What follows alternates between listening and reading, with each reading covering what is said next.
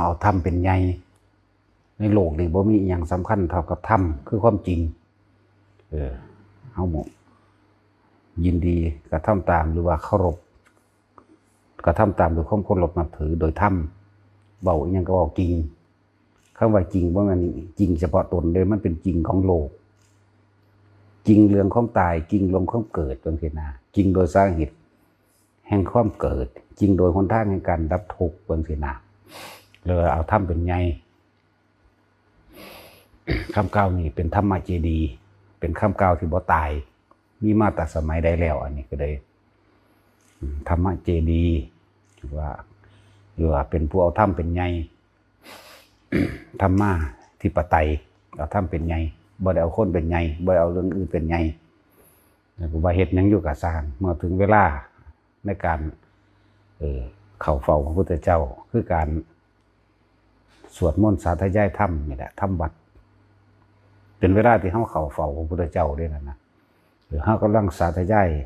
คำสอนพระพุทธเจ้าเอิ้นว่าเป็นปากเป็นหูเป็นตาแทนพระพุทธเจ้าเด้คำว่าสาธยายนั่นนะสวดมนต์นั่นแหละบทกำกับใจบทที่พึ่งมนสิการไว้ในใจตลอดเอิ้นว่าสวดมนต์บ่ว่าสิเป็นธรรมจักรบ่ว่าสิอันใดก็แล้วแต่หรือเป็นบทที่เฮานึกขึ้นมาเองก็ตามเฮานึกขึ้นมาโดยความบริสุทธิ์ใจคือของถวายต่างๆที่เฮาว่ามันเป็นสิ่งดีที่สุดสำหรับเฮาแล้วที่เฮานำมาถวายดังเช่นการประดับไฟการถวายโดยดอกไม้เครื่องบูชาโดยดอกไม้บูชาด้วยธูปด้วยเทียนหรือเครื่องห้อยระย่อยระยะเครื่องประดับประดาของหอมรูปไล้ได้ทั้งเบิดคือจังเขาเอาไฟมาติดจังสิประดับประดาจังสิเป็นความบริสุทธิ์ใจมันได้ตรงบริสุทธิ์ใจ แต่ว่าตัวนั้นเป็นเครื่องสื่อสาร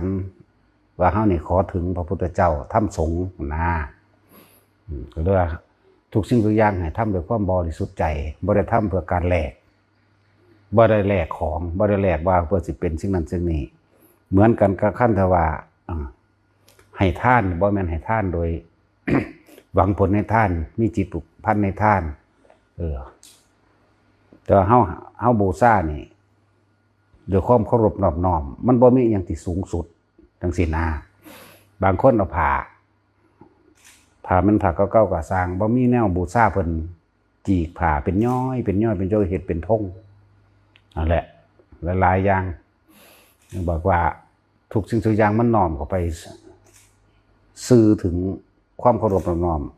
สื่อถึงว่าขอถึงพระพุทธธรรมสงฆ์เป็นสรณะเป็นที่พึ่งเด้ ที่เขาเว้ากันเป็นประเด็นอย่างต่างๆเฮาบ่สนอย่างก็ล่ะบัดบูชาด้วยดอกไม้ของหอมก็คือมีเป็นปกติอยู่ก็คือบ่ว่าหยังมันบ่ล่ะพระอานนท์เพิ่นได้ผ่ามาใหม่สิบ่เป็นพระอานนท์พระอาชิตะภิกษุเนี่ยนางประชาบดีโคตมีผ่านั้นมันก็เพิ่นว่ามันบ่ได้สมควรแก่เพิ่นเพิ่นพื้นหนึ่งเอาไปเฮ็ดฝ้าเพดานพื้นหนึ่งเอาไปเฮ็ดยังหนาต่างก็เอิ้นหยังวะ อันนี้น่ารู้นะเฮาบ่ฮู้จักเด้ภาษานั้นปานใดผ้าหยังก็ผ้าม่านพื้นหนึ่งเอาไปเฮ็ดผ้าม่านคือจีกมันมีหน้าต่างจีกเฮ็ดผ้าม่านดูดไปดูดมาพื้นหนึ่งเอาไปเฮ็ดฝ้าเพดานสีแดงดุจดังคลั่งนั่นน่ะไปจังซั่นเด้ นั่นคือพระอาชิตะภิกษุตอนที่นางประชาบดีโคตมีถวายผ้าแล้วพระพุทธเจ้าไล่ลำดับของการความสำคัญของว่าให้ทานกับไผมีอานิสงส์สูงสุดเพิ่นก็ไล่มาตั้งแต่สัตว์เดรัจฉานพุ่นล่ะไล่จนว่าฮอดพระโมคคัลลาสารีบุตรไล่ไปหาพระปฏิเจกไล่จนถึงพระองค์เองแต่สุดท้ายมาว่าให้ทานแก่หมู่สงฆ์นั้นสิจังได้ก็สร้างเฮาเรียกว่าโดยร่วมเข้าใจบ่เคารพโดยร่วมนะแม้ภิกษุสามเณรบางได้ก็สร้างถ้าเว้าเรื่องสงฆ์นี่เฮาเคารพเบิดเวลาเฮาด่าโดยบุคคลเข้าใจบ่ล่ะเตือนโดยพระวินัยโดยบุคคลเฮาบ่ได้ว่าร่วมว่าพระเด้ภิกษุบ้านนั้นบางสงฆ์เหล่านั้นเหล่านี้นะเฮาบ่ว่าพระเด้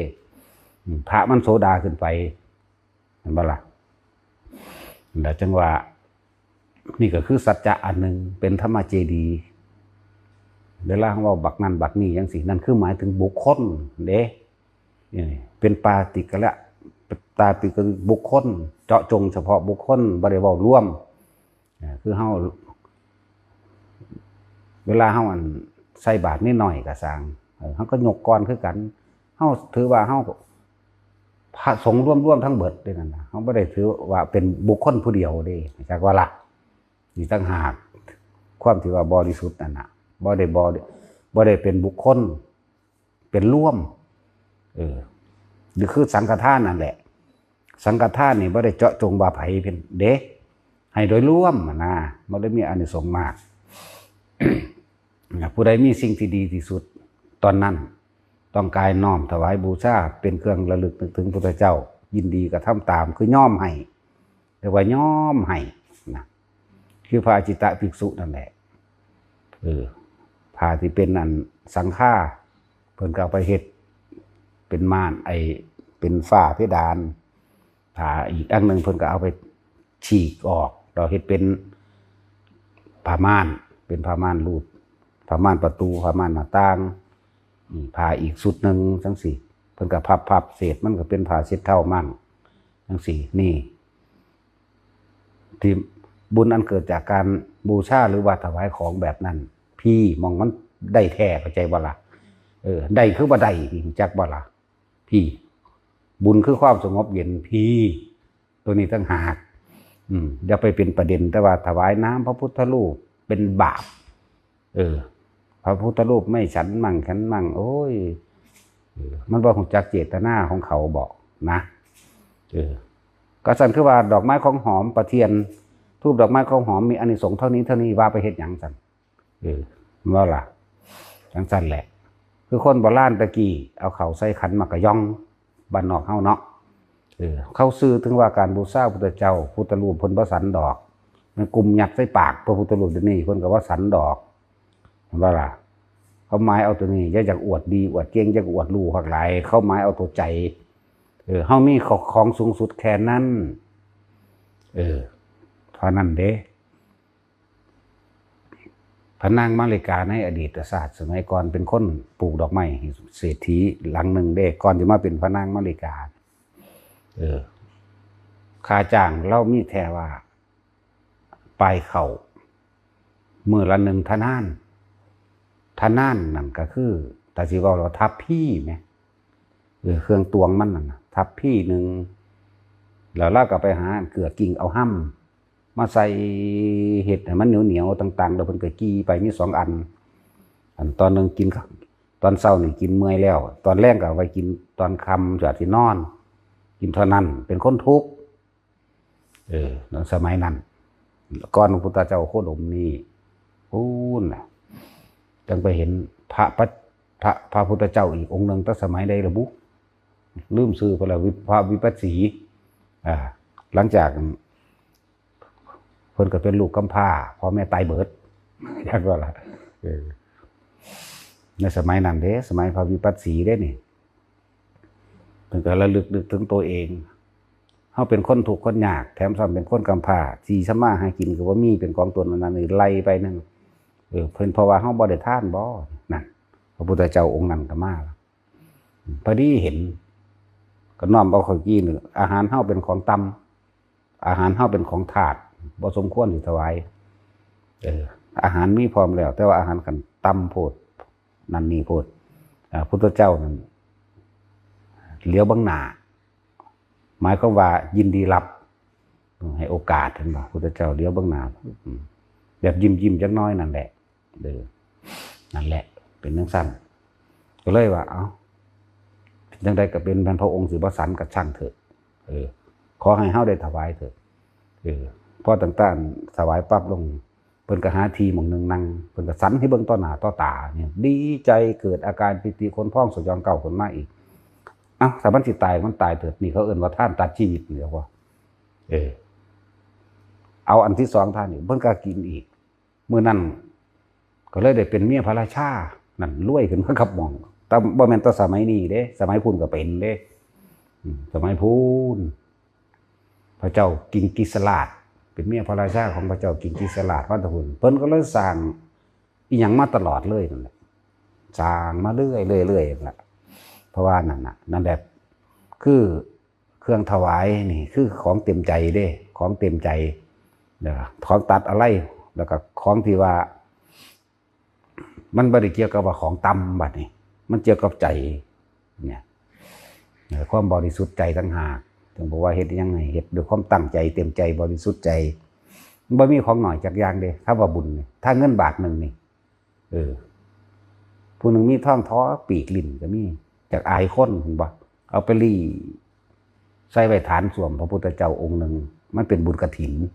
แต่ว่าล่ะเป็นกฐินยานคนเห็นกับนั่งมังพนมมืออยู่หันเลยเกิดเป็นมหาเศรษฐีมาเลยนะว่าก็คืออนาธิกาเศรษฐีนี่ได้ล่ะอันนั้นนับต้องพระเจ้าองค์ใดบูซื้อว่าได้โดนหลายก็เลยเป็นอนาธิกาเศรษฐีมาตลอดเนี่ยเป็นผู้บ่ตกต่ำเป็นธรรมดาเนี่ยเลื่อนว่าอนาถาผู้ไม่ตกต่ำเป็นทีมาจังว่าพวกเขาเห็นยังกระสร้างเป็นเฮาสิเด็ดเอาดอกไม้ริมทางข้างทางดอกนั้นดอกนี้ก็สร้างก็คือขึ้นมาบูชาตั้งใจเต็มใจบริสุทธิ์ใจบุญคือความสงบเย็นพี่ตัวมันเป็นต่างหากพี่ตัวเอา พวกที่ค่อยตำหนิกันทั้งสั้นทั้งสี่นะก็ช่างเขาให้เขาตำหนิอยู่หันแหละเฮาเฮ็ดหรือว่าพวกยกอ้างว่าบ่มีตำราสร้างพระนี่เฮามีเพราะว่าเฮามีเฮาจึงสร้างพวกเขาบ่มีก็บ่ต้องสร้างแต่ว่าวัดใดบ่มีพระตุลูปบ่มีจักวัดอันพวกตำหนินั่นกูได้มีมานะทิฏฐิแล้วจะบ่กูได้ถือความเห็นของกูเป็นใหญ่ไว้แล้วกูละบ่เป็นกูยิงจักบ่ล่ะกูบ่สร้างกูบ่เอาพระพุทธรูปอิฐหินปูนไส้บ่ใส่จักบ่แต่ว่ากูวาดเอานั่นบ่ล่ะมันสั้นแล้ววาดเอาเด้เนี่ยลองมึงบ่มีรูปพระพุทธเจ้าเบิ่งแหน่คนที่เขาวัดมึงบักบักฮานี่เนาะอันนี้เว้าโดยบุคคลเด้บักฮานี่นะ มึงก็วาดเอาซั่นน่ะเนาะแต่เก่งจริงเอาตัวเองโดดไหมบ่ต้องมีเลยคำสอนพุทธเจ้าก็อย่าเอาแม่ทั้งสั้นแหละ หลายอย่างพวกเขาอย่าไปสนใจอันใดที่ทำแล้วเกิดความสงบเย็นสบายใจก่อนทำขณะทำหลังทำนั่นเรียกว่าบุญบ่มีเครื่องของข้าในภายหลังเฮ็ดแล้วคิดถึงยังใดปลื้มจิตปลื้มใจอย่างนั้นนั่นมันเบิดบ่เป็นบ่ล่ะผ้าพวกเขาเฮ็ดการปลูกต้นไม้การสร้างศาลาการซื้อแผ่นดินธรณีอันเป็นที่รองรับพระสัทธรรมการสร้างถนนหนทางสร้างสะพานขุดบ่อน้ำบาดาลจังซี่ล้วนแล้วตั้งแต่เป็นอานิสงส์ใหญ่เด้นี่ประมาณบ่ได้เด้อันเกี่ยวกับสิ่งเหล่านี้ประมาณบ่ได้นี่พูดว่าบุญกุศลอันที่หาที่สุดที่ประมาณบ่ได้อันที่เป็นที่รองรับสรรพสัตว์คือตัวของเองเกิดพบได้ชาติใดนี่แม้นสิตกอยู่เมื่อใดก็คำว่าอึดอยู่อึดกินนั่นบ่มีหยังแน่พระเจ้าข้าเทวดาถามพระพุทธเจ้ามันก็ว่าขุดนำบ่อศาลาล่ะภาษาตะกี้บ่ล่ะสร้าง ศาลาลงถ้ำขุดบ่อน้ำไว้คนกินคนใส่รักษาป่าปลูกป่าสร้างถนนและหนทางถนนก็หมายถึงว่าเฮ็ดอิหยังก็สร้างสะดวกให้ที่ดินขึ้นชื่อว่าได้ทุกอย่างเนี่ยที่อยู่อาศัยที่อยู่อาศัยได้ทุกอย่างได้ให้ที่ดินของเสริมก็คือมีถนนหนทางได้ความสะดวกสบายทุกอย่างมีวิหารโรงถ้ำเพื่อรองรับผู้คนทั้งหลายป่าไม้นั่นเป็นโรงท่านมหาโรงท่านเลยจากบ่ป่าไม้นั่นคนตะกี้กินหยังคนฮอดเดี๋ยวนี้ก็บ่ว่าแต่คนตะกี้ล่ะหากินในป่าในดงในดินนี่แหละสิไปหากินใส่เดี๋ยวนี้บ่กล้ากัดกินก้อนอิฐดอกก้อนอิฐก้อนหินก้อนดินมันก็มาจากป่าเบิดนั่นแหละเห็นบ่ล่ะจังซั่นแล้วไปซื้อก็ซื้อของป่าๆนี่แหละมากินกันเลยบ่ได้ไปหาซื้อก้อนจีฝามากินดีเนาะงั้นว่าตัดสินจะไปหาซื้อก้อนจีฝาจังไดเนี่ย นี่แม้ความจริงของทุกชีวิตของคนนั้นซ้ำนี่หนึ่งเด้มันว่านี่อย่างที่วิเศษดังปานนั้นเด้หากินกับหากินไปซ้ำตายหนึ่งเด้รวยก็รวยไปตายนั่นแหละทุกข์ก็ทุกข์ไปตายนั่นแหละป่วยก็ป่วยไปตายรักษาก็รักษาไปตายมันเศร้าหาแมงอย่างโลกอย่างนั้นมันเศร้าว่าเป็นหรอกจะตายก็มองมันดูนี่เนาะเพิ่นบอกให้ทำนายกับสร้างกุดเฮาสิทำนายอยากบอกแต่ว่าดูก่อนภิกษุทั้งหลายเห็นว่าพวกเธอจะชอบประมาณในการบุคคลเพราะการประมาณในการบุคคลจะทำทุกโทษภัยมาให้สู่เธอภายหลังเฮาสิฝืนทุกคนเกิดมาตายเบิดแล้วเฮาก็บ่ว่าเฮาอื่นก็ว่าแนวนี้เนาะก็ยังว่าสัจจะเนาะบอกความจริงเพื่อหมายเพิ่นว่าให้ไปทำนายไทยทักทำนายไฟทำนายวันเกิดทำนายดวงจากบ่นั้นเป็นเดรัจฉานวิชาโชคชะตาราคีจากบ่มันบ่มีดอกวันเดือนปีโกฏมันสิมีสำคัญมาจากไสพ่อแม่บอกว่าเมื่อเกิดมื้อนั้นเด้อจักมันตรงหรือว่าตรงนั้นถือเอาโลดเป็นจริงเป็นจังเขาเนาะจังซั่นแหละมึงตายมันนั้นเด้อเขามีผู้ใดบอกเลยเนาะเขาก็บอกมึงว่าใดคือกันแต่ว่าตายเบิดบอกได้แต่ว่าตายเบิดนะสิ่งใดเกิดสิ่งนั้นดับตายเบิดที่พูดถึงการทำความเคารพนอบน้อมโดยความบริสุทธิ์ใจของพระพุทธเจ้าหรือว่าบูชาหรือว่าบูชานั่นนะอันเกี่ยวเนื่องโดยวัตถุใดกระสร้างวัตถุใดแต่หนักขนาดดอกไม้ดอกหูสร้างจังสิ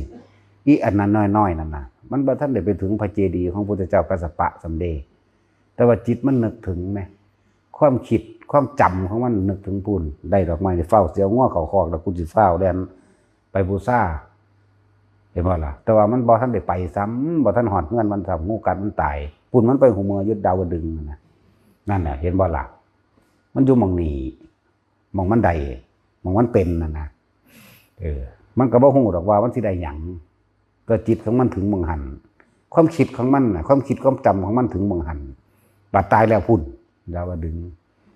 บางคนก็บ่ได้มีหยังได้ตักน้ำไปล้างตามสถานที่จากว่าตามพระเจดีย์บางที่ก็หดน้ำต้นศรีมหาโพธิ์เด้ต้นโพนี่แหละต้นไม้ตรัสรู้พุทธเจ้านี่หามน้ำไปนี่เราไปโหดเดี๋ยวก็นั่งพนมมือลึกถึงพุทธเจ้ามึงดูนั่นนะขึ้นสูงกว่าเก่าอีกมันธรรมดาบ่สูงกว่าดาวดึงอีกเด้ฮอดอันดุสิตฝุ่นธรรมดาบ่รักษาต้นไม้อันเป็นเครื่องหมายของการตรัสรู้พุทธเจ้านี่นั่นแหละเพิ่นก็บอกไว้อยู่ตอนก่อนเพิ่นสิตายบางใดที่เป็นหม่องที่สถานที่อันเป็นที่ควรระลึกนึกถึงกับประสูติแน่มังเกิดมังตรัสรู้มังแสดงธรรมมังตายกับเจดีย์ต่างๆอันใดที่สมควรที่จะสร้างบัดนี้สร้างเพื่อเป็นการระลึกนึกถึงคุณพระพุทธเจ้าบุคคลเช่นใดเป็นแต่เอาไปสร้างคือนะกับพระพุทธเจ้าพระเจกพระอรหันต์กับพระเจ้าจักรพรรดินะ4บุคคลนี้นะสมควรจังซี่นะเพิ่นเฮาสร้างพระพุทธรูปเป็นองค์แทนเฮาทางในฐานะเป็นอุเทสิกะเจดีย์สร้างอุทิศถวายบูชาตรงกับพระผู้มีพระภาคเจ้านะเรียกว่าอุเทสิกะทางสร้างนี่สร้างนี่ใจของเฮานี่อุทิศเพื่อเพิ่นได้เข้าใจบ่อุเทสิกะนี่อุเทสิกะนี่อุทิศคือย่อมอยู่ใต้ตีนเพิ่นเข้าใจบ่เด้อเรียกว่าอุเทสิกะเจดีย์เฮาสร้างพระพุทธเจ้านี่พระพุทธรูปนี่เฮาสร้างถวายบูชาเพิ่นย่อมเป็นที่รองพระบาททุกอย่างเรียกว่าอุเทสิกะเจดีย์เป็นเครื่องระลึกนึกถึงคุณงามความดีของเพิ่นพระเฮ็ดก็ทั้งสั้นแหละถึงว่าสร้างพระพุทธรูปนี่พวกเขาสิว่าไหวอิฐไหวหินไหวปูนไหวทรายนั่นน่ะมันบ่มีผู้ใดไปตั้งใจว่ากูสิไปไหวอันอิฐมื้อนี้ก็น่าบ่มีดอกกูสิไปไหวทองเหลืองมื้อนี้ก็น่าก็บ่มีกูสิไปไหวก้อนหินก้อนนี้ก็น่าก็บ่มีมีแต่ผู้ตั้งใจต่อตรงแน่วแน่เข้าสู่องค์พระสัมมาสัมพุทธเจ้าผู้มีคุณต่อจักรวาลนี่ต่อโลกทั้ง3นี่นะ นั่นแหละพวกเขาสิคิดได้ก็สร้างแมงก็ว่าเนาะ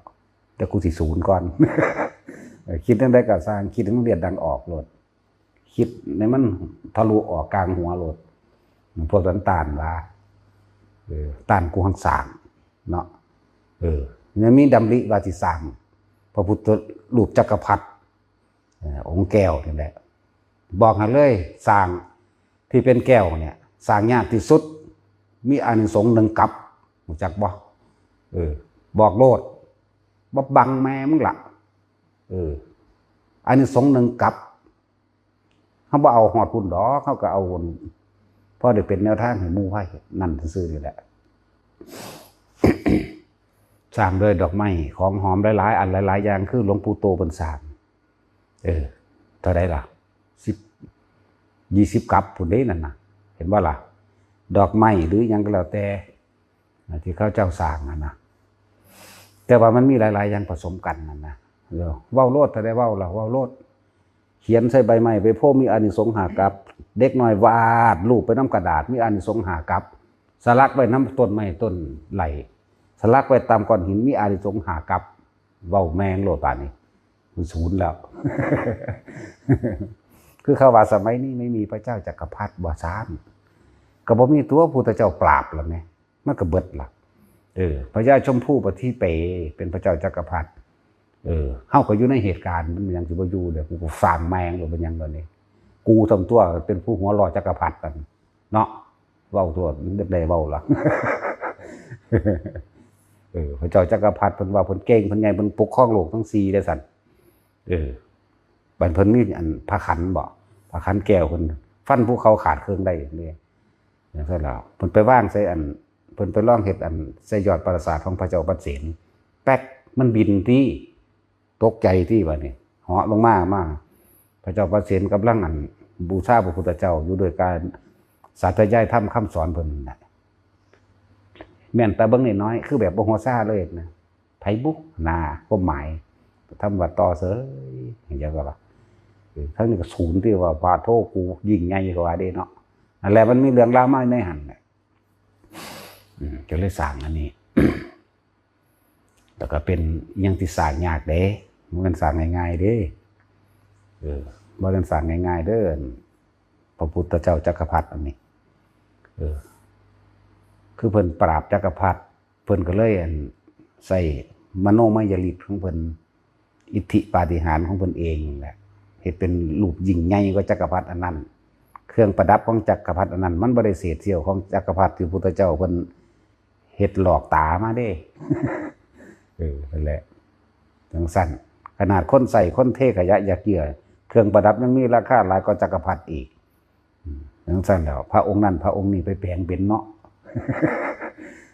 พระโมคคัลลาภาษาลิบุตรก็เป็นคนกวาดตาดนึงไหมแต่ว่าน่าสิใส่น้ำหอยน้ำแขนน้ำนี่นะจักสิอธิบายเป็นหยังเราบ่จักหยัง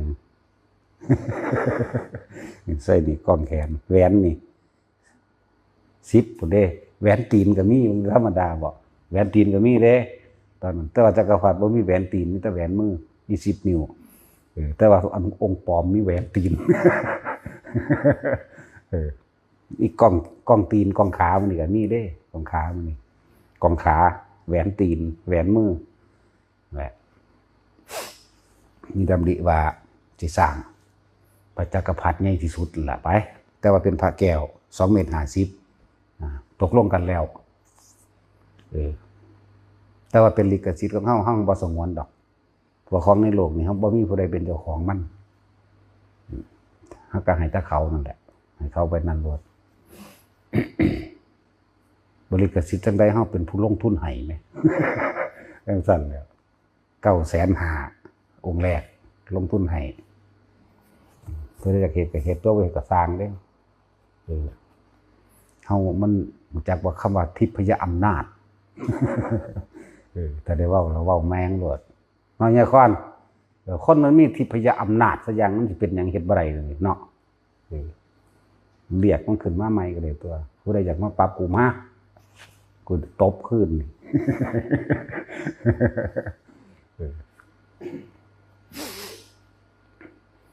นั่นแหละสิพาเฮ็ดพาสร้าง อานิสงส์ของมันล่องพื้นไว้จักบ่นี่ยังเด้ออานิสงส์1 กับมันบ่แม่น1 กับมันลืมแล้วนี่มันยาวหลายกว่าเดิมมันโดนโพดอานิสงส์มัน1 กับเท่าไหร่ล่ะ1 มหากัปลืมไป1มหากัปแสดงว่า100 กัปเป็น1 มหากัปเด้1 มหากัปกับ100,000 กัปว่าซั่นมันนับบ่ได้นะจักสิว่าได้บวกเอานั่นแหละเป็นจังซั่นคนต้องมีญาณเว้ยมันจึงเว้าได้จักว่าล่ะ ก็มีญาณในหั่นแหละเฮาสิเป็นต้นฉบับอยู่แล้วเฮาเป็นต้นฉบับของการสร้างพระพุทธจักรพรรดิอยู่แล้วจักรพรรดิพระแก้วเฮานี่แล้วก็องค์ใหญ่ที่สุดเฮาก็สิพยายามให้เขาเฮ็ดให้ได้อยู่นี่นะ2.50 เมตรพระเจ้าค้อนบ่แพงเด้ล่ะภาษาเงินสำนั้นเนาะล้านเดียวนึงมั้ยยิ้มโอ้ยภาษาจังซั่นก็อีหลีนั่นแหละพี่มันสำคัญอยากบอกสร้างโดยใจพี่ชีวิตนี่เรื่องหัวใจนี่เรื่องหัวนี่ก็เอาล่องตีนเพิ่นไปเลยก็ได้เด้ล่ะกับพระพุทธเจ้าไหมบ่ล่องได้ผู้อื่นล่องพระพุทธเจ้าเฮาบ่ยอมรับมันบ่แม่นเนติของเฮาเนาะเฮามีพระพุทธเจ้าได้เป็นแบบอย่างเป็นเนติอยากบอกอย่างอื่นบ่ยอมรับดอกและทั้งว่าคำเว้านี่เป็นธรรมเจดีย์มีมาตาโดนแล้วก็บอกไปคือเก่าเนี่ยบอกไปตามสัจจะบอกตามความจริงแล้วก็บ่นี้ตัวนี้อีก หรือว่าเฮาบ่แม่นผู้ตามเด้กูเป็นนำไผเด้นะกูเป็นผู้นำกูบ่ได้ตามไผใช่บ่ล่ะ จังซั่นแล้วเว้าโลดเว้าให้มันสุดโลดแต่ว่าท่านได้สุดได้ซ้ำนี่ มันว่ามันแย่หน่อยได้หน่อยแย่หลายได้หลายมันต้องมีวิธีแต่อยากหัวนะแล้วผู้ใดอยากรวมสร้างแต่ว่านี่สำคัญคือตรงใดตรงที่เขาตั้งจิตเจตนาเอาไว้ก็คือเป็นการเรียกว่าเป็นวันที่จุติจิตของพระพุทธเจ้าของเฮาทุกพระองค์15 ค่ำเดือน7เนี่ยเฮาเริ่มดำริอันนี้ว่าเป็นการทดแทนบุญคุณของมารดาท้องแม่ที่รองรับพระพุทธเจ้านี่มันบ่แม่นของธรรมดาปานใดเด้แม่ผู้นั้นเสียสละคือหยังนี่เด้กว่าจะได้ลูกนี่ไปถือศีล10พุ่นเด้ถือศีลสำเร็จเด้รองลงมาเป็นศีล8อีกเด้กว่าสิรองรับอันพระโพธิสัตว์อันนี้ได้จักว่าล่ะอดบ่ได้นอนกับผัวอยู่3 เดือนเด้ไปถือศีลนั่นจักว่าล่ะถือศีลสำเร็จลดลงมาอีกเดือนนึงเป็นศีล8พุ่นน่ะธรรมดาบ่เพิ่นก็เลยมีความสำคัญว่าที่เฮาสร้างทุกปีของ15 ค่ำเดือน7นี่เฮาสิสร้างอันใดทำทานอุทิศแด่มารดาตรงๆบิดามาทีหลังแต่ว่าเพิ่นว่ามารดาก่อนก็เลยเอาตามเพิ่นนั่นแหละมารดาแม่ไผก็แล้วแต่นี่ภายใน7 ชั่วชาตินี่7 ชั่วโคตรนี่ขึ้นเบิดเว้นไว้แต่มารดาผู้ติดอนันตริยกรรมพ่อแม่ติดอนันตริยกรรมขึ้นบ่ได้นอกนั้น7 ชั่วโคตร7 ชั่วชาตินี่ขึ้นได้เบิดแล้วเฮาสร้างพระใหญ่จักรพรรดินี่เฮาคุ้มไว้พร้อมคุ้มไว้ว่าแม่ของเฮามันสิไปตกอยู่ไสก็สร้างคำว่าอึดอดอยากและคำว่าถูกบุคคลใดคนหนึ่งมาข่มเหงรังแกนี่บ่ได้พร้อมที่พยายามฆ่าที่พยายามทำลายที่พยายามทำลายแม้นวันหนึ่งแม้น2 วันแม้น3 วัน4 วันนี่ไม่อาจสามารถทำอันตรายได้ตราบเท่าตัวตายเอาเองโลดอยากบ่ล่ะจึงคำว่าจักรพรรดินั่นจึงมีความยิ่งใหญ่หลายอย่างอยู่ในหันแหละบางที่มันก็เว้าบ่เบิดนะจักรพรรดิเป็นเครื่องปกป้องเป็นเครื่องคุ้มครองเพิ่นเฮาอ่านไว้ข้ามช็อตขนาดใดข้ามเป็นสัตว์ข้ามเป็นสงไขเพิ่นไปปกป้องเพื่อแม่เฮาเกิดไปในศาสตร์ต่อไปนี่ก็เกิดกลายเป็นคนที่บ่อึดบ่อดบ่อยากอีก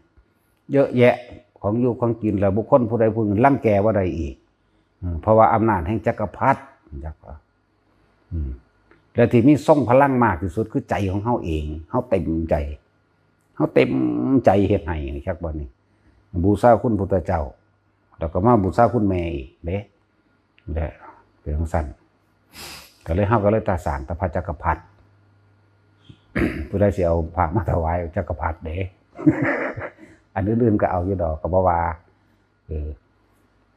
ก็บ่ว่าดอกตาสร้างแล้วก็ทั้งเป็นชั้นบะนีสงฆ์ทั้งเป็นแท่นคุณแม่แล้วก็คลุ้มคุณของแม่ไว้อีกเด้มันธรรมดาในการสร้างพระจักรพรรดินั่นนะมีหน้าตำราดอกนอกตำราเบิดนั่นแหละเป็นเอง ทั้งบ่ได้เขียนทั้งบ่ได้บัญญัติทั้งเป็นมาเอาเอง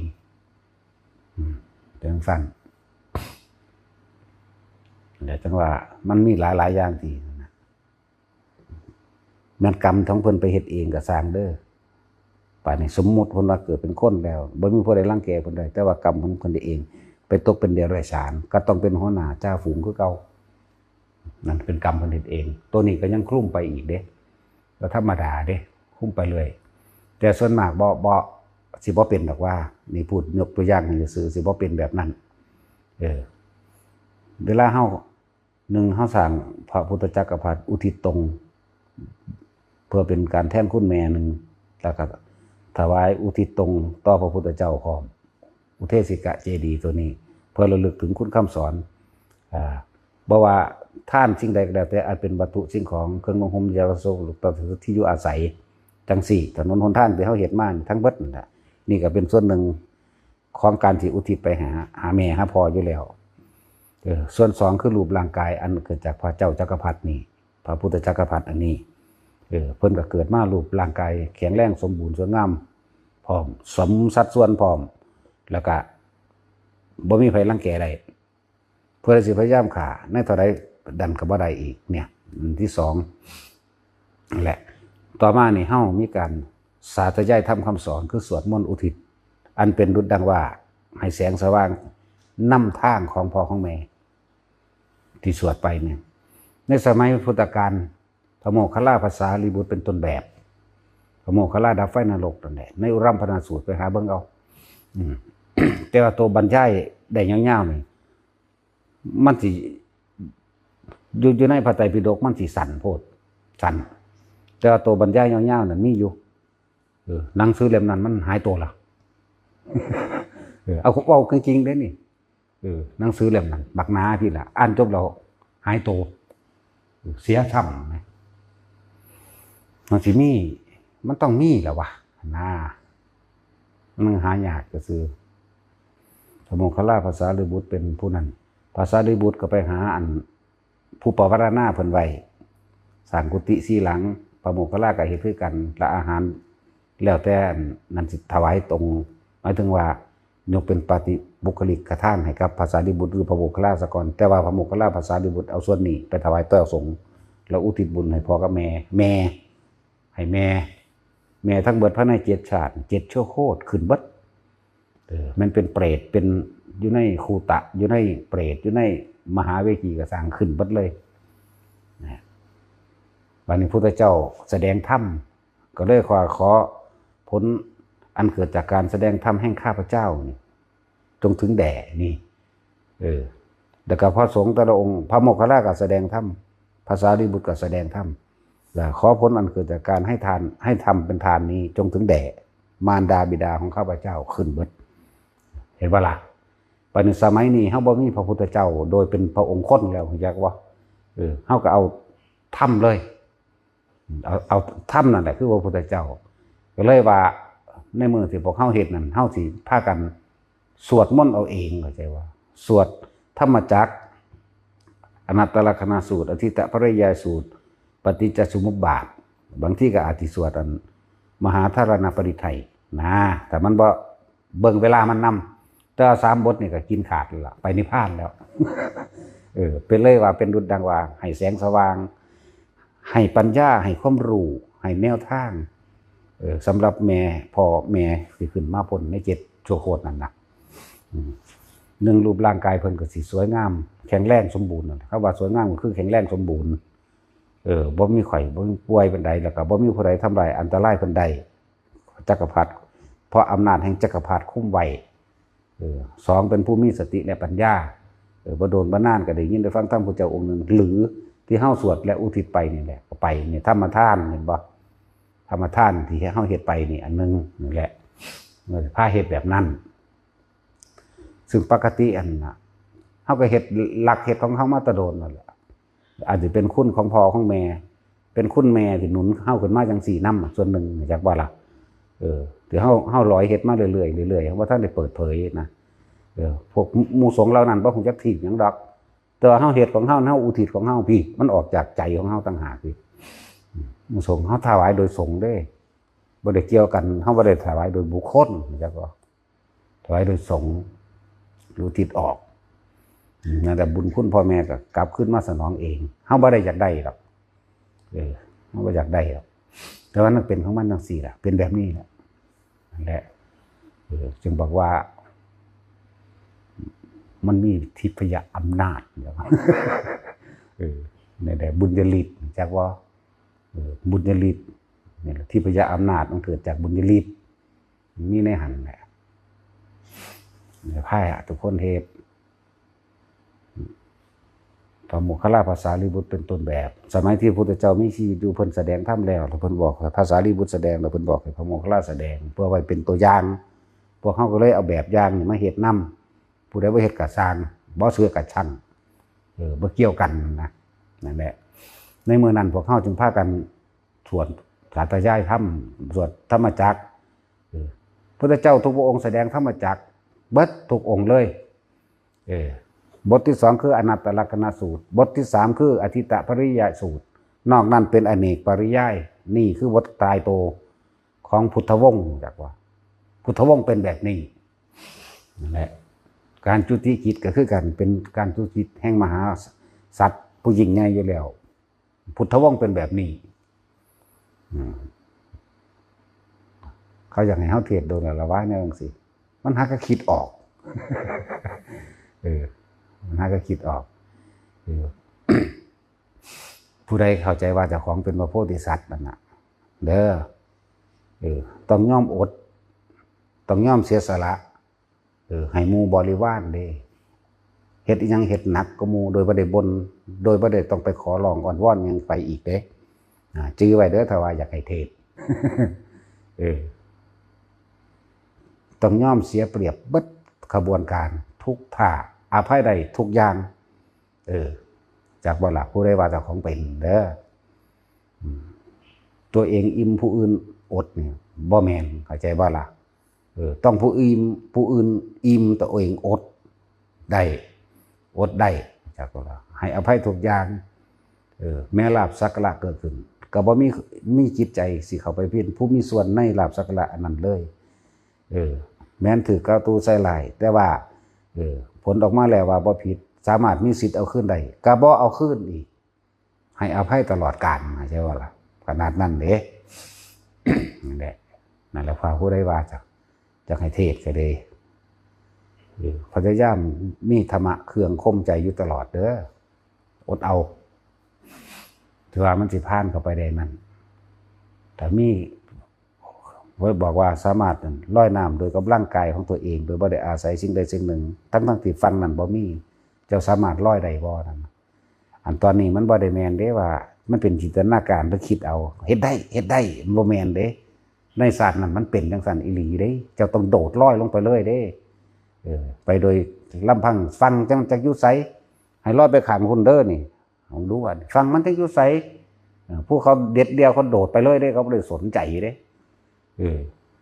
อันที่สองถนนนั้นหรือทางนั้นมีแต่น้ำตะกรวดแก้วนะท่านสามารถเดินฝ่าไปด้วยเท้าเปล่าหรือไม่แล่นเลยได้อันพวกเขาเด็ดเดียวจักว่าล่ะอันที่สามนี่ลุยไฟเด่นทางเป็นไฟเด่นมันธรรมดาบ่เพราะสันติว่าสิ่งที่เกิดขึ้นได้ยากคือพระพุทธเจ้าบัดนี้เฮามาเบิ่งคนนี่เพิ่นก็ว่าเกิดยากขนาดนั้นแล้วเนาะพระพุทธเจ้าเกิดยากก็นั้นอีกเท่าไรนับประมาณกันบ่ได้นี่เฮาคือบ่เห็นคุณค่าเพิ่นนะเห็นคุณค่าเพิ่นก็เห็นคุณค่าเจ้าของเด้เพิ่นเฮ็ดเพื่อผู้อื่นเด้นั่นเพิ่น เปรียบเสมือนว่าเพิ่นเอาเข่าสุกแล้วยัดแดกเขาในปากแล้วจะพอกบ่คืนซื้อได้เดี๋ยวนี้กูศูนย์คือหยังนี่ผู้ใดเว้าให้ว่าพุทธเจ้านี่อมจุลูอยู่นั่นแหมเนาะบีบปากมันแบบทังลงจังซี่ล่ะนะเห็นว่าตัดสินไอ้แดกใส่ปากมันเอาไม้แดกทังคอมันโลกกันนะถึงจากว่าจังสั่นพุ่นล่ะไปมันง่ายขนาดนั้นเลยแหมแค่รู้อยู่ในลมซื่อๆบ่ต้องสนใจหยังคิดหยังนี่แหมมันซ้ำเอาอมเข้าไว้ในปากนี่แหมอาหารเต็มปากก็ดูนี่แหมปานนั้นยังไงเพิ่นเอาไม้แดกลงไปอีกอยู่อยากเอาว่าเอาตีนแดกแมงลงแล้วมันง่ายขนาดนั้นเด้มันไปคิดยากเฮ็ดหยังกันนะเพิ่นลำบากก็เฮานับประมาณกันบ่ได้เอาดวงตาให้เป็นท่านมากกว่าดังดาวที่เฮาเห็นอยู่เดี๋ยวนี้เลือดที่เพิ่นให้เป็นท่านมากกว่าทะเลทั้ง4อีกให้เลือดเนื้อที่เพิ่นท่านให้แก่หมู่สัตว์ทั้งหลายนี่ยิ่งกว่าแผ่นดินอีกธรรมดาบ่จังว่ามันบ่เป็นต่อพลาดโอกาสไปก็ดีคิดเบิ่งเด้อความเกิดยากของคนนึงน่ะเต่าตาบอดน้ำทะเล42แสนโยชน์เอามันกว้างเท่าไหร่กิโลก็ว่าไปแบบนี้100 ปีจังโผล่ขึ้นมาทีนึงหรือมาเข้ากับปล่องไม้ไผ่ที่ซุบหัวเข้าพอดีนั่นแหละยากขนาดนั้นแล้วพระพุทธเจ้าสิเกิดยากขนาดใดอีกเนาะกูให้มึงหอดตาดีพุ่นเต่า10 ตาพุ่นบ่ได้ว่าเต่าตาบอดแม่น้ำกว้างเท่าใด42แสนโยชน์ก็คูณเอาตัวเอา16 กิโลคูณมั้ยนั่นแหละกว้างยาวเท่าใดก็ว่าไปนั่นแหละขนาดนั้นแหละแต่พวกอันบำเพ็ญเพียรโพธิสัตว์เขาเจ้าบ่แม่นคนธรรมดาเพราะเฮาสิไปต่อยไปสู้ไปดูถูกไปก้าวตูไปใส่ร้ายเด้บ่ธรรมดาเด้คนนี่เฮ็ดเพื่อสัตว์มันธรรมดาคือพระพุทธเจ้าเฮาสมัยสัตว์นึงเกิดเป็นฤาษีเนาะกระโดดลงให้เสือแม่ลูกอ่อนกินนะเฮาผู้ใดกล้าสละใดต้องแบบนั้นเข้าใจบ่ล่ะเป็นหัวหน้าฤาษีเป็นพันเบิ่งแล้วมันออกลูกมัน5 โตถ้ามันกินลูกมันสิเศร้าตรอมใจตายแล้วมันสิตกนรกเบิ่งรุ่นน่ะอ่านขนาดนั้นเด้เพิ่นจำเป็นต้องเฮาสละเลยเว้ยชีวิตเฮาบ่ได้มีคุณค่าหยังโดดลงไปเลยแหมมันกินอิ่มแล้วมันมีกำลังมาคาบลูกมันโดดขึ้นมาได้ธรรมดาว่ะแล้วบางพระศาสตร์เกิดเป็นแล่นเหี้ยใหญ่แล่นเข้ากองไฟเห็นพระฤาษีเพิ่นเข้าฌานนี่แหละผู้ทรงฌานผู้เข้าฌานเห็นบ่ล่ะฤาษีเข้าฌานนี่จอบว่าชีวิตของเฮามันแค่นี้เนาะนี่บ่เห็นว่าสิมีประโยชน์อีหยังเลยนี่แต่ว่าสร้างคุณประโยชน์ให้กับผู้เพิ่นทรงศีลทรงธรรมทรงฌานดีกว่าเว้ยเนี่ยแล่นเข้าไฟไว้มันกี้เจ้าของเองฤาษีก็เพิ่นก็รู้อ๋อเพิ่นก็กินให้เห็นบ่ก็ได้บุญอันเกิดจากการถวายเนื้อท่านหนังเจ้าของเองบางชาติก็เป็นไก่แล่นเข้านั่นน่ะที่เขาเอามาเว้าเรื่องอันดาวไก่น้อยมันบ่ได้เกี่ยวกันกับดาวไก่น้อยเด้อไก่บางชาติก็เป็นไก่นั่นแหละที่ว่าตัดหัวถวายบูชาคุณพระพุทธเจ้าเขาเจ้าถวายบูชาแบบนั้นย่อมแบบนั้นตัดอีหลีก็ตัดนะบ่ได้แม่นธรรมดาเด้แหละและที่ทำใจได้ยากในการทดสอบทดลองของผู้เป็นพระพุทธเจ้าใดพ่อแม่เมียและลูกถูกมหาโจรฆ่าตายแต่ว่าเจ้าอภัยเขาได้บ่นี่หม่องมันยากคักก็บ่ทุกอย่างจักบ่เนี่ยยากคักก็เบิดได้นี่ซ้ำกระโดดแล่นไปนำมันทางลุยไฟนี่บ่ได้ยากเด้นั่นมันผู้เดียวจักบ่ล่ะมันบ่มีเครื่องเกาะเกี่ยวบ่มีเครื่องทดสอบเอาตัวเองทดได้เห็นบ่ล่ะแล่นพาไฟไปเลยตายก็ตายตัวเห็นบ่ล่ะลอยน้ำไปเลยแล่นเข้าพาเข้าขวากน้ำไปเลยก็ไปได้ผู้เดียวแต่ว่านี่แน่เฮ็ดยากนะ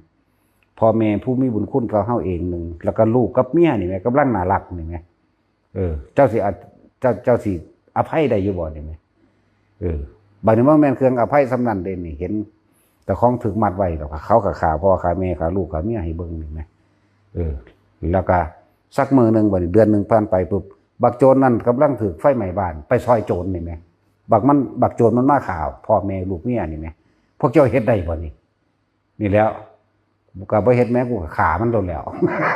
เนาะตัดสินฆ่าว่าเจ้า จักแล้วมันได้เกิดเนาะมันว่าท่านได้เกิดเดี๋ยวครับนั่นแหละนี่แนวเฮ็ดยากกว่าอย่างอื่นเด้อันแนวนี้จะว่าล่ะจังสั่นตัวนั่นแหละมันอยากให้เทศก็เทศเลยเว้ยบ่แม่นจินตนาการแล้วต้องอย่างนั้นอย่างนี้เด้เอาอีหลีเด้เราอยากสร้างบารมีให้กว้างนะบวชบอกให้เลยกว้างกว่าอีกกว้างกว่าคนธรรมดาอีกบวช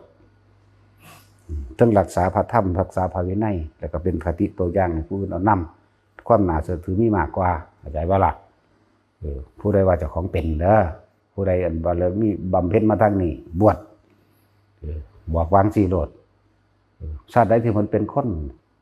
บรรปลายชีวิตเพิ่นบวชทุกชาติเด้อนั่นบ่ล่ะเคยศึกษาบ่ถามตัดสินไปจังหลักว่ายุคก้นนรกสั้นที่16นรกมันมีอยู่8สั้นแต่เราสั้นอยู่สั้นที่16ก้นไตก้นอเวจีแท็กซี่ก็ฮู้จักสมูแนวมื้อนี้เนาะบ่จักดอกแล้วก็คิดเบิ่งเอาเดี๋ยวจะให้เทศเบื้องต้นเข้าใจว่านี่ เบื้องต้นก่อนที่จะผ่านมาเด้นั่นแล้วธรรมดาบอกประกาศได้เกิดร่วมพุทธเจ้าทุกชาติพร้อมเป็นคนแต่เกิดร่วมพุทธเจ้าและได้บวชเกิดมาพร้อมพุทธเจ้าศาสนาพุทธเจ้าองค์ใดก็สร้างได้บวชนี่พวกนี้มาเรื่อยๆทั้งสิ้นแหละ อันนี้ว่าข้าวๆไว้เดืองเจกว่าห้าติสั่งพระจักรพรรดิ950,000ต้นแรกมันเขาว่าท่านเลยว่าประดับด้วยนี่มันเลยเป็นล้านหนึ่งประมาณนั้นบ่แพงดอกเบิดชีวิตนี่เอาเจ้าเฮ็ดได้เนาะทั้งสั้นแล้วถ้าเฮานั่นก็คือร่วมกันเอาพุทธบาทล้านคนก็ได้ถึงตัวล้านบาทถึงตัวเนาะอย่าเฮ็ดหลายมันสิอ้างกันเอาพุทธบาททั้งสั้นเฮาก็เฮ็ดของเฮาไปจังซี่เฮ็ดซ้ำตายนึงดอกว่าบ่ได้ซ้ำเป็นหยังดอกเฮ็ดซ้ำตายถ้าบ่มีผู้เว้านี่บ่มีผู้ใดรู้จักหยังเลยเด้นี่รู้จักว่าถ้าบ่เว้าบ่แสดงธรรมจังซี่ให้ฟังบ่แสดงให้ฟังนี่สิบ่รู้จักหยังเลยมืดมิดติดตันอั้นตู้ไปเลยบ่ได้รู้จักหยังคิดว่าแนวจังซี่บ่มีซะด้วยซ้ำไปเนาะคนพวกนั้นสิบ่รู้จักเลยน่ะแล้วจึงบอกว่าทำฟังธรรมให้มากฟังธรรมให้บ่อยสิ่งที่ไม่เคยได้ยินก็ได้ยินสิ่งที่ไม่เคยรู้ไม่เคยเข้าใจก็ได้รู้ได้เข้าใจเนี่ยมันเป็นของแปลกพิสดารบ่ล่ะถ้าเว้าเรื่องโลกโอ้ยคือเก่าล่ะพวกตำบงฮงเว้าเพิ่นกันทั้งเผ็ด ทั้งมันในอารมณ์เอ้ยแต่ฟังกูเด้อบ่มีผู้ใดฟังไผดอกความจริงนะควักกันอยู่ว่าสั่นเพราะแต่อีนั่นหนีออกไปเบิ่งด้วยอีห่านเอากันละเองนั่นแหละมันไม่ไผรักนะจังซั่นล่ะทุกอย่างมันก็มีทางมาเบิดทั้งเบิดนั่นแหละพระพุทธเจ้าเฮาแม้เสวยชาติเป็นโพธิสัตว์เป็นคนยามใดสร้างทุกยามเด้หรือ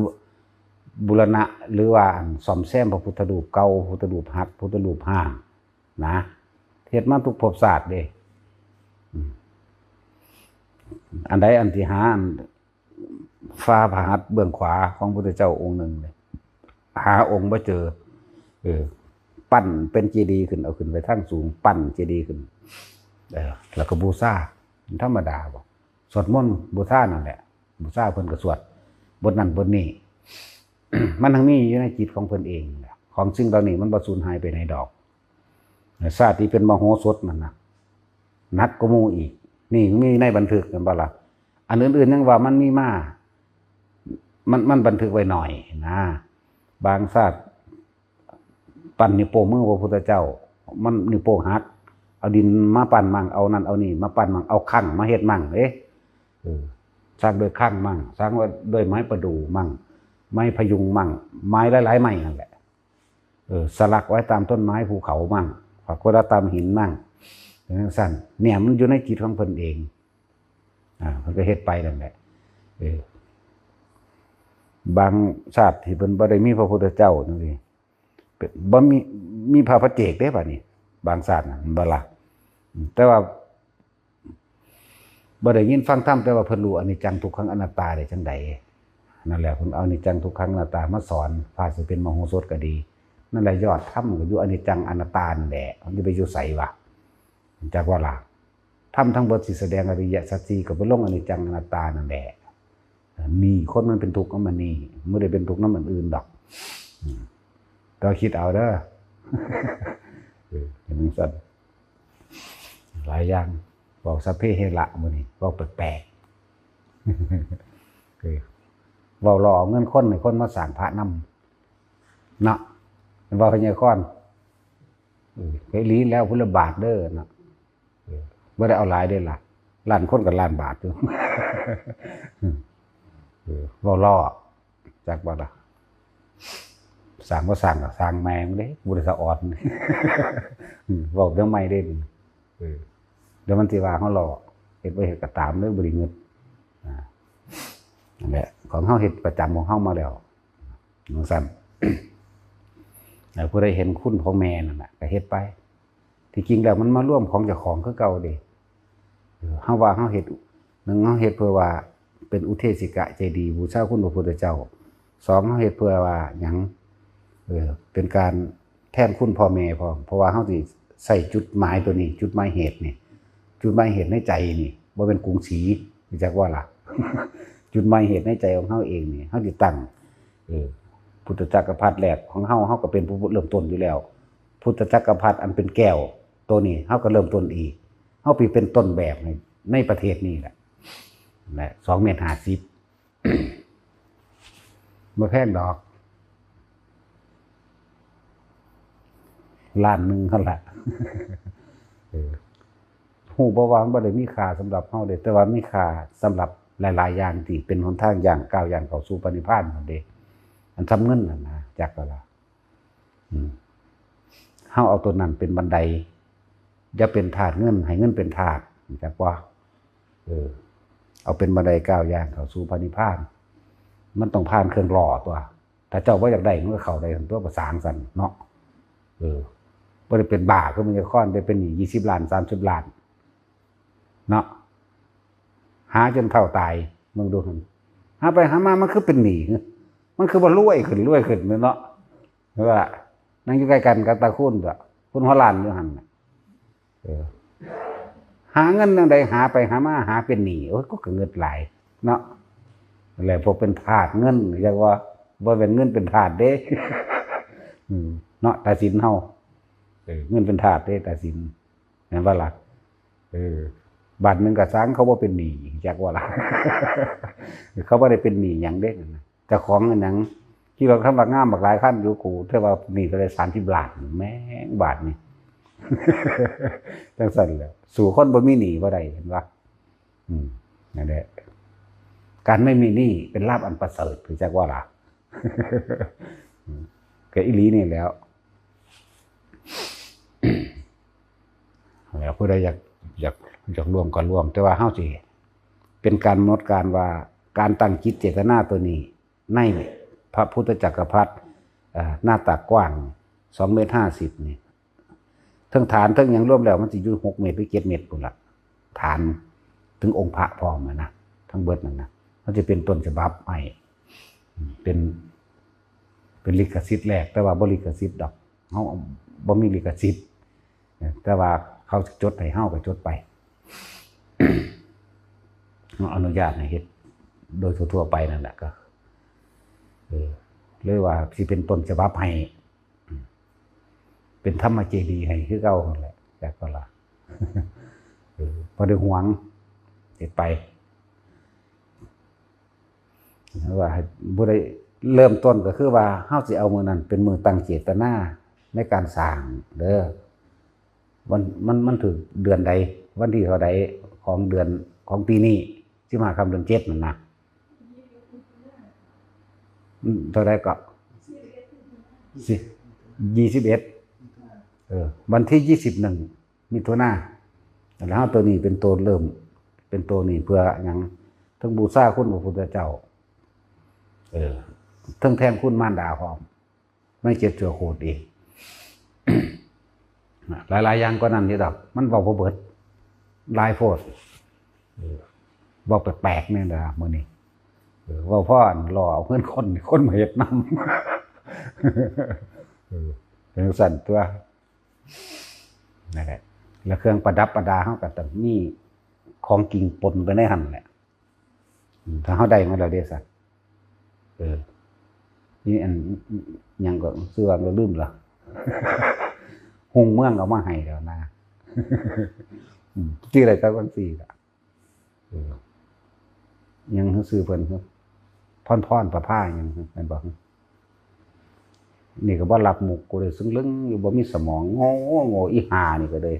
เฮ็ดตาเหลือกไปเลยปากห้อยเตะลงมาโอ้เฮ้ยซื้อจังซั่นซื้อจังซี่ก็ตอบให้กูแหน่ยังก็เลยกูก็คิดว่าไรเป็นผู้ซอยกูได้จักคนเนี่ยเถิดมันตะนายอีหลีเด้อันตาของอันไผก็เฮ้ยจังซี่เซเวอยู่ไผก็เลยยังพรณภาพอ่ะหุ่งเมืองหนังสั่นนะเว้ยกูได้ดันเอาว่าสั่นยังก็เลยหันหน้าไปหาไปกับเซเวอยู่ไปกันเลยเว้ยถ้าเอาเล่าเป็นตัวประกันไอ้ผัวเล่าไปหาเงินมาประกันเอาใช่ไหมเป็นฟังเดียวฟังออกคือดอกนะแต่ว่าบอกว่าหาค่าไม่ได้โอ้ไม่รู้จะหาเท่าไหร่อีกแล้วเอาว่าหาค่าไม่ได้ท่านเพิ่นเข้าใจว่าแม่นค่าแบบนั้นเลยเรื่องว่าประมาณบ่ได้หามาบ่รู้นะสั่นแหละผู้คนตื่นซื้อดับเนาะบ่ตื่นก็รับไหลอยู่หั่นแล้วแต่แล้วเนาะผู้คนให้ตื่นรู้เบิกบานให้รู้ว่าความเกิดเป็นมนุษย์มันยากขนาดใดให้รู้ว่าคุณค่าของพระพุทธเจ้านั่นน่ะยากยิ่งกว่าอันใดอีกที่ในการเกิดนั่นแหละพระพุทธเจ้าเกิดยากที่สุดเด้อแต่ว่าเรื่องของการเกิดอ่ะโลกก็ยังเที่ยวเกิดเที่ยวดับเที่ยวเกิดเที่ยวดับพระพุทธเจ้าสบายเกิดได้เท่าละองค์ทั้งโลกมันเที่ยวเกิดเที่ยวดับขนาดใดคนขว่าเกิดยากแล้วว่าตาบอด100 ปียังสิขึ้นมาทีหนึ่งเบิ่งดูหั่น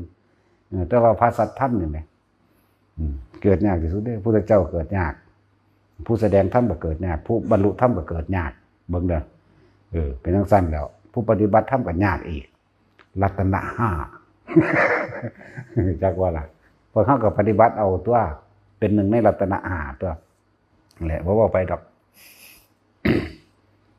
เอาตัวไผตัวมันหรอกผู้ได้รอดได้ก็รอดเท่านั้นแหละวะทรงชาติไว้มันคิดออกอีกแล้วบัดนี้คนที่ทรงชาติตายจักบ่อย่างน้อยๆนั่นน่ะเด้อชาติแรกนี่ก็ไปปริสัชชาอานิสงส์ของอายุเบิ่งอานิสงส์อายุของอันสั้นนั้น1 กับเบิ่งดูนั่นอานิสงส์1 กับเด้อบาดชั้นที่2เจ้าเลือกเอาเลยชั้นที่3เจ้าเลือกเอาเลยเจ้าสิไปอยู่ใส่ใน11ชั้นนี่ได้ทั้งนั้นคนทรงชาติตายเด้อรู้ลมหายใจเข้าออกหรือว่าบางคนก็อยู่ในความรู้สึกนิ่มนวลในตัวเองบางคนก็อิ่มแบบปึดออกไปเลยล่ะนะเลือกเอาเลยแต่พวกอนาคามีเขาก็ไปตามนั้นของเขาอยู่แล้วจากชั้น11ลงมาหาชั้นที่1ชั้น2ชั้น3เลือกเอาอายุเป็นกัปเป็นอสงไขยอย่าลืมว่ายุคภาษีอริยะเมตไตรนี่1,242,000จักปีปลายมันแล้วก็สิเกิดโลกดับคนที่อยู่พรหมโลกหลุดเลยเข้าใจบ่ในระหว่างเรียกว่าอันตรธานแห่งกรรมนี่พวกที่อยู่ในนรกก็อยู่เลยเปรตก็อยู่เลยเด้อเดรัจฉานบ่มีจักบ่เนี่ยพวกที่ทรงชาติตายนี่วิทย์ไปรอพระพุทธเจ้าองค์ใหม่กลับใหม่พร้อมสารมัณฑกรรมที่เกิดขึ้นมันเท่าใดเด้อย่าลืมเด้อเขาบอกของจักดอกบ้ามีแต่ว่าอย่าลืมเด้อว่าซั่นโอ้ยแต่เรียตนนะกูนี่แต่เรียตนเจ้าของดอกคุ้มคนไปนิพพานคุ้มคนไปสวรรค์มึงดูเนาะมื้อใดก็เว้าอยู่จังซี่เขาได้นั่นได้ก็ยิ้มหัวใส่เขาอยู่แต่ แต่ว่ากระดาขึ้นแมงคือเก่าหรอว่ามันบ่ได้ใส่สะอ่อนเนาะนั่นแหละมันสิข้ามไปเลยคนทรงชาติเด้อข้ามไปเลยเด้อซ้ำสวรรค์นี่มันยังบ่ทันได้ข้ามเด้ออายุมันยังนั่นอยู่เห็นบ่ถือว่าอาคันเดียวสูตรจิตนั้นประพัดสอนส่วนมากคือจิตของพรหมนั่นแหละที่ล่องลอยมาตามอากาศในความมืดมาเจองวนดินอันน้ำนี่ขึ้นนี่พรหมเห็นบ่บ่แม่นบริสุทธิ์ได้มันบ่ได้บริสุทธิ์แต่บริสุทธิ์แล้วมันบ่เกิดนั่นเพิ่นเทียบเอาว่า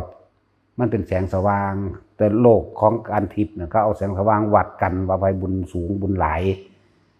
ซื่อๆเด้เอิ้นว่าจิตประภัสสอนเป็นผู้มีแสงสว่างในใจกิน